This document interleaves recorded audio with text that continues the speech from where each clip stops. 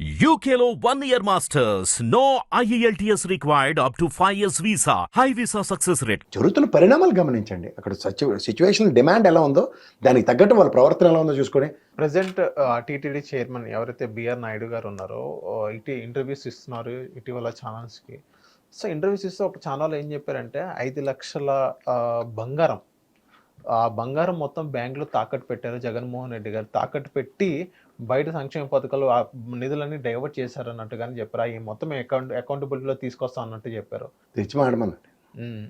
వాళ్ళ ముందు ప్రతిదానికి ఇంత బండ వేస్తున్నారు, తర్వాత అటు నుంచి బండని ఒకే ఒక్క పంచుతో పిండి చేసి బయటకు వచ్చి సమాధానం చెప్తాడు జగన్మోహన్ రెడ్డి.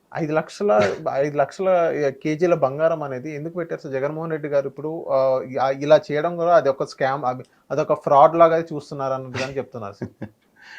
ఫ్రాడ్లా చూడమనండి సార్. ఇప్పుడు టీటీడీకి బోర్డు ఒక ఆడిట్ ఉంటుంది. ఇప్పుడు సగం మంది వాళ్ళ పాత బ్యాచే ఉన్నారు కదా. టీటీడీ చైర్మన్ డెసిషన్ తీసుకోవాలంటే టీటీడీ బోర్డు అంతా యాక్సెప్ట్ చేస్తాను కానీ బంగారం తాకట్టు పెట్టడానికి ఒప్పుకోరు కదా. చెప్పి దేనికి పెట్టారో టేబుల్ ఐటమ్లు ఉంటాయి కదా టీటీడీ చైర్మన్ ఈఓ గారు. ఇది కదా సార్, సడన్గా నీకు ముందు వచ్చిన తోక్కనే వెనకొచ్చిన కొమ్ములు వాడి అన్న దీంట్లో గాబరా పడిపోయి శ్రీవాణి ట్రస్ట్ రద్దని మొదలెట్టి లాస్ట్కి టీటీడీ బోర్డుకి డొనేషన్లు ఇచ్చి అదే కంటిన్యూ అవుతుంది. దానికి శ్రీవాణి ఇవాళ నుంచి రద్దని చెప్పడానికి వినడానికి బాగుంది కదా, కానీ వాస్తవం ఏంటి చెప్పండి సార్? ఏం జరిగింది చెప్పండి? శ్రీవాణి అనే సంస్థ పేరు త్రూగా జరిగే దర్శనాలు ఆ ఛార్జీలు ఏమైనా తగ్గి వైపు ఆ దర్శనమే లేదని వెసులుబాటు ఉందా, లేకపోతే ఇంకా ఎయిర్పోర్ట్లో పేరు మార్చి టీటీడీ దేవస్థానానికి డొనేషన్ ఇచ్చే కార్యక్రమం ఉందా? అయితే ఈ లరవడి బ్యాచ్ని న్యూస్ని వండివార్చే బ్యాచ్ల్ని చూసి ఇసిగెత్తిపోయి ఉన్నాం. సో 5 లక్షల కోట్లు, 5 లక్షల కేజీల బంగారం. 5 లక్షల కేజీలు అంటే మీరు ఏంటి సార్ ఒకసారి అప్రాక్సిమేట్గా రాష్ట్ర బడ్జెట్ దాటుతుందా లోపల ఉంటుందా లెక్క కొట్టండి సార్. ఒకసారి క్యాలిక్యులేటర్ తీసుకోవడం ఒకసారి ఉండండి. ఉన్నాను సార్, ఎందుకు మనం ఒకసారి ప్రజలకు చెప్దాం ఒక మాట.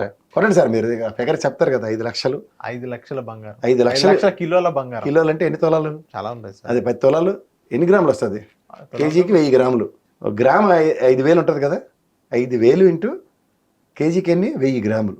ఎంత? చాలా ఉంది సార్. చెప్పండి సార్, లెక్క చెప్పాలి కదా ప్రజలకి. 1 లక్ష కేజీ, 1 కేజీ బంగారం 50 లక్షలు అండి. 5 లక్షల కేజీలు, 5 లక్షల కేజీలు అంటే 100 కేజీలు చాలా కొన్ని కోట్లు వెళ్తున్నాయి కదా. 2,50,000 కోట్లు అండి. అంటే రాష్ట్ర బడ్జెట్ 2,50,000 కోట్లు తీసుకురామనండి. లెక్కలే చాలా ఈజీ కదా. ఇప్పుడు మనం నిన్నే బడ్జెట్ ప్రవేశపెట్టారు. నిన్న పెట్టిన బడ్జెట్లో మళ్ళీ మన మాట ఇన్ని అప్పులు చెప్పారు కదా.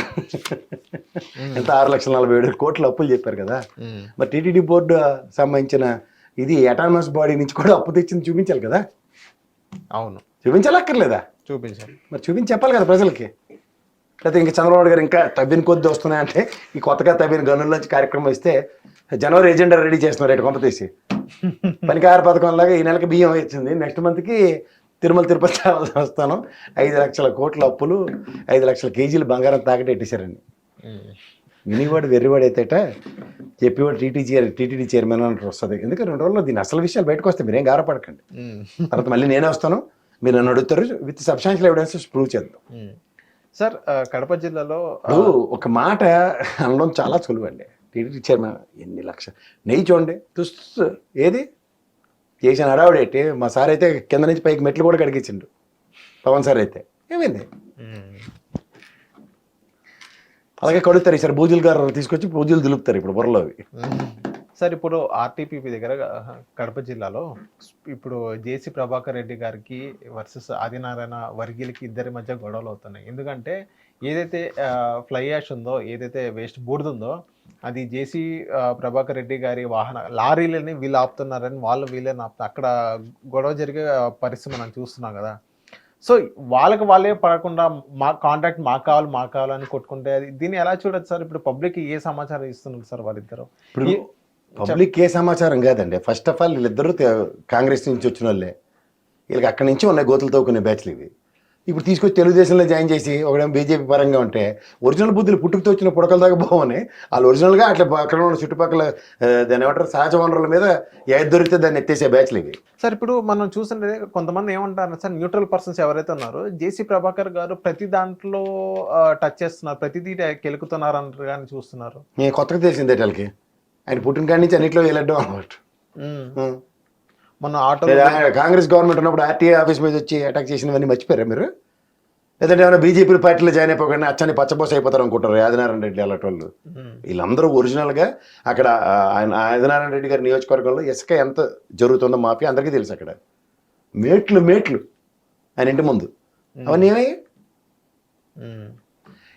ఇవన్నీ చూడండి సార్, నదీ పరివాహక ప్రాంతాల్లో ఉన్న ఇసుక ఇలాంటి వాటిలన్నిటికీ స్థానిక ఎమ్మెల్యేలు ఎవ్వరూ అతీతులు కాదు. ఎవ్వడికాడే అతీతుడు. వాడికి వాడే అచ్చాని పచ్చపోసం చెప్పుకుంటాడు తప్ప సహజ వనరుల దోపిడీలో నిజంగా ఆ నియోజకవర్గంలో 190 మంది మాల్ ప్రాక్టీస్ చేసేసే వాళ్ళే. ఎవడో రేరుగా ఒకళ్ళు ఇద్దరు మిగులుతారు వేల మీద లెక్కెట్టి వాళ్ళు ఎవరు మనకి ఇప్పుడు కనపడరు. అంచేది ఈ రోజు ఉన్న పంచాయతీలే ఒక టెరిటరీలో వాళ్ళు ఎంటర్ అయినా ఓ డబ్బులు ఒకటి పట్టుకెళ్ళిపోతున్న కళ్ళ ముందు అందులో నా పార్టీ వాడు నీ పార్టీ వాడు మనందరం ఒకటే బ్యాచ్లు ఉండవు. ఎవరిది వాళ్ళే, ఇది గుర్తుంచుకోండి సార్. మొన్న లోకేష్ గారు ఒక మాట అనడం జరిగింది, ఏదైతే నెక్స్ట్ ఇయర్ కల్లా అమరావతి ప్లాన్ అనేది అసలు ఏం చేయబోతున్నారు అనేది మొత్తం మీ కళ్ళ ముందు పెడతాం. నెక్స్ట్ అమరావతి పరిసర లాస్ట్ ఒక 5 years మనం చూసుకున్నట్లయితే ఇప్పుడు రియల్ ఎస్టేట్ అనేది సరిగ్గా లేదు. రియల్ ఎస్టేట్కి వ్యతిరేకి వైఎస్ఆర్సీపీ పార్టీ వాళ్ళు. కాకపోతే ఇప్పుడు రియల్ ఎస్టేట్ కానీ అన్ని రంగాల్లో ఇప్పుడు నెక్స్ట్ లెవెల్ వెళ్ళబోతుంది అమరావతి కానీ ఆంధ్ర రాష్ట్రం కానీ. ఈవెన్ వేరే రాష్ట్రాలకు పోటీగా పడబోతుంది ఆంధ్ర రాష్ట్రం అనేది మేము వచ్చిన తర్వాత అన్నట్టుగానే చెప్పారు. దీన్ని ఎలా చూడవచ్చు అంటారు? అండ్ ప్రీవియస్ గవర్నమెంట్తో కంపేర్ చేశారు. సరే, నాకు ఇవన్నీ వద్దు సార్. అమరావతి కల్లా ఏదో గజెట్ లేదు ఏదో లేకపోవడం వల్లే రాజధాని లేని రాష్ట్రం వల్ల డబ్బుదిబ్బమన్నాం కదా. 6 నెలలు అయింది గవర్నమెంట్ వచ్చి. పాత వాళ్ళే ఉన్నారు అక్కడ కేంద్ర ప్రభుత్వం ఎన్డీఏ కూటమి. అమరావతి రాజధాని కింద ఫస్ట్ గజెట్ ఇప్పించండి, తర్వాత మీరు ఏడ్ చేస్తారు మేము మాట్లాడదాం. ఎందుకు సార్ ఇవన్నీ టైం వేస్ట్ కార్యక్రమాలు? సో వాళ్ళు అంటారు 15,000 కోట్లు ఇచ్చారు. మీరు నేను కూడా ఎవరు 15,000 కోట్లు ఇచ్చిండ్రా? నాకు మీకు తెలియని బ్యాంకులు ఏమున్నాయి? వరల్డ్ బ్యాంక్ లోన్ ఇస్తానంటే సహకరిస్తున్నారు, లేకపోతే ఏషియన్ మార్కెంటైల్ బ్యాంక్ లోన్ ఇస్తానంటే సహకరిస్తానండి కేంద్ర ప్రభుత్వం. మనకే రూపాయి రాలేదు ఇప్పటికి. అంటే జనవరి ఫిబ్రవరి అక్కడ రానండి. వచ్చినప్పుడు వీళ్ళు ఏం చేస్తారో ప్రణాళికాబద్ధంగా ఏం చేయబోతున్నారో రాజధాని కింద డిక్లేర్ చేస్తారో లేదో ఈ మూడింటి మీద మాట్లాడదాం. అప్పుడు ఏ ఆల్లే సూళ్ళే కొడుకు పేరు సోమలింగం అన్నట్టు ఏమీ రాకుండా ఏమి చర్చించమంటారు? అంటే కేవలం అమరావతి రాజధాని ముందు రాజధాని కింద కేంద్ర ప్రభుత్వం నుంచి గజెట్ ఇప్పించమన్నాడు సార్. ఫస్ట్ లాస్ట్ దాకా మొన్నటి దాకా చెప్పింది రాజధాని లేని రాష్ట్రం అని చెప్పి నెత్తినోరు కొట్టుకున్నా కదా అయింది. చంద్రబాబు గారు వచ్చి అబ్బా విశాఖ ఫైనాన్షియల్ రాజధాని ఇప్పుడు న్యాయ రాజధాని బెంచ్ అక్కడ ఏర్పాటు చేస్తున్నాం, ఇవన్నీ మాట్లాడడానికి బాగున్నాయి కదా. మీరు చెప్తే బాగుంటాయి కానీ వాళ్ళ జగన్మోహన్ రెడ్డి చెప్తే మాత్రం మీకు మంట ఎక్కిపోయింది కదా, సిరెత్తుకు వచ్చింది కదా ఒక్కొక్కరికి. ఇప్పుడు మీకు సిరెత్తుకు వచ్చే కార్యక్రమంలో ఆనాటి జడ్జిలు అత్యంత మహారాజులు రాష్ట్రానికి రాజధాని లేనిది అని చాలా ఇబ్బంది పడిపోయారు కదా. ఇప్పుడు రాజధాని ఇది అని డిక్లేర్ చేయించండి ఫస్ట్. అప్పటికి బాధ ఉండదు. ఎందుకంటే నేను ఒక్కడే పిచ్చోళ్ళగా అమరావతి రాజధాని అని కట్టుబడి ఈ రోజు కూడా మాడుతున్నాను. సార్ నాకు చెంబుడు నీళ్లు మట్టి మన మొహాన్ని పోసిన నరేంద్ర మోడీ మీద నమ్మకం లేదు, మొహమాట లేకుండా చెప్తున్నాను అమరావతి విషయంలో.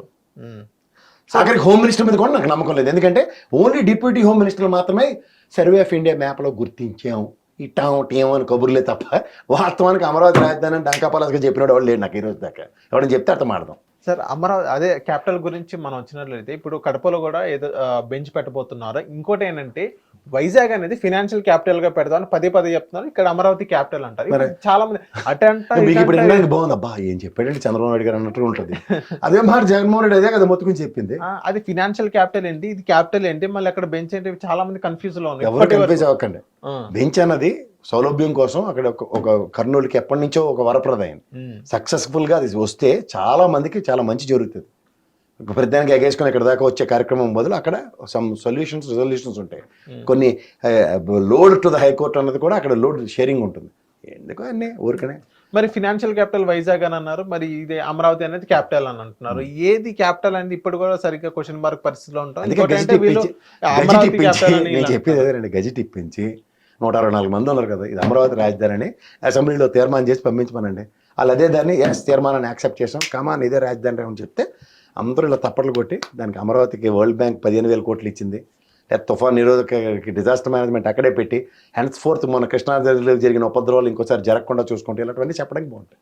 అలాగే ఆర్బీఐకి ల్యాండ్ అలకేట్ చేసింది కదా గత ప్రభుత్వం. ఆర్బీఐ హెడ్ క్వార్టర్స్ అమరావతిలో వచ్చింది, గర్వపడదాం. హైదరాబాద్కి ఆర్బీఐ ఉంది, ఆంధ్రప్రదేశ్లో అమరావతి వచ్చింది. ఇవన్నీ మాడవలసింది ఇచ్చాలి. అవన్నీ వదిలేసి రాజమౌళి బ్రహ్మాండంగా ఇడ్లీ గిన్నెలు వేసాడు, దీని ప్రకారం రాజధాని ఇలా కడతాం అలా కడతాం, ఈ టాగుణితలు మాకు వద్దు. ప్రభుత్వం మారుతుంది, వాడేమో పైనుంచి కింద అంటాడు, ఇంకోడేమో పైనుంచి కింద నుంచి పైకి ఎక్కమంటాడు. ఇవన్నీ మాకెందుకండి? ప్రజాస్వామ్యంలో ప్రజలు నాకు రాజధాని కావాలి, నాకు రాజధాని అమరావతి అని నాకు తెలుసు కానీ మీకు ఎవరికి నమ్మట్లే కదా. ఆ అమరావతి నుంచి కరస్పాండెన్స్ ఏమైనా ఆడవాడు పిన్ కోడే లేదంటాడు.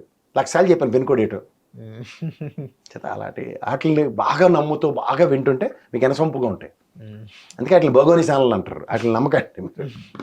థ్యాంక్ యూ సార్ మా హిట్ టీవీకి వచ్చిన హిట్ టీవీ యాప్ ని డౌన్లోడ్ చేసుకోండి. ఇందులో short news, live news, entertainment movies అన్ని అవైలబుల్ గా ఉన్నాయి. Please download Hit TV app. Hit TV app. Hit TV యాప్ని ఫ్రీగా డౌన్లోడ్ చేసుకోండి.